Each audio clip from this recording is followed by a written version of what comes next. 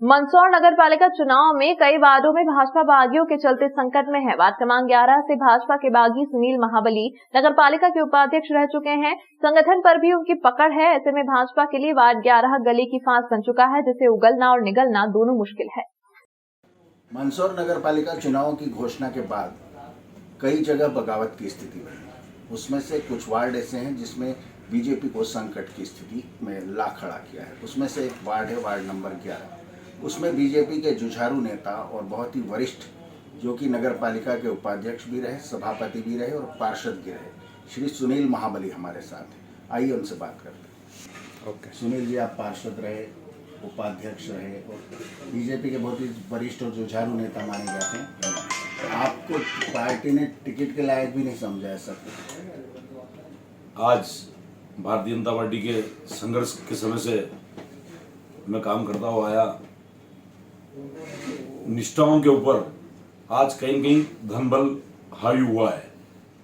उस कारण जो गरीब तबके का कार्यकर्ता जो काम करता है उसको नकारते हुए एक पैसे वाले को, जो भारतीय जनता पार्टी के नेताओं को ये बाजार में सरेआम कहता फिरता है कि भारतीय जनता पार्टी जिला अध्यक्ष, विधायक और सांसद मेरी जेब में है और मेरी टिकट ऊपर से आएगी, वो ये बात पिछले 15-20 दिनों से टिकट के पहले से कहता हुआ है और ये बात चरितार्थ हुई है कि उनने एक सामान्य कार्यकर्ता की बनिस्बत एक पैसे वाले कार्यकर्ता की पार्टी ने सुनी है।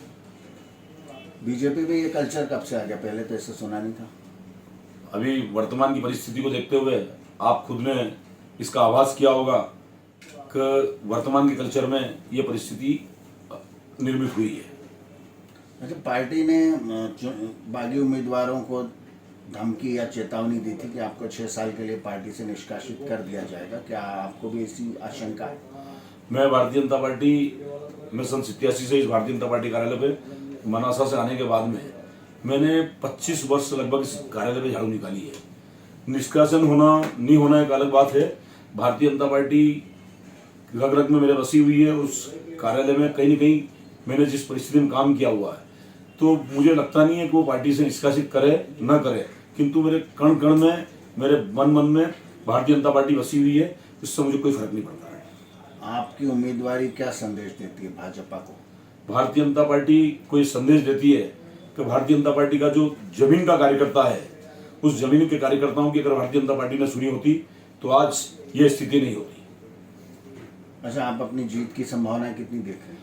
मैं वार्ड नंबर 11 की जनता की ओर से सिर्फ यही कह सकता हूं कि जनता मेरे साथ है और आने वाले समय में एक अच्छा परिणाम मंदसौर नगर को मिलेगा। आप उपाध्यक्ष भी रह चुके हैं नगर पालिका के, तो शहर की ऐसी कौन सी समस्या है जो आप जीतने के बाद जिन पर ध्यान आकर्षित करें? सबसे बड़ी समस्या अगर मंदसौर नगर में कहीं है तो वो ड्रेनेज की व्यवस्था है।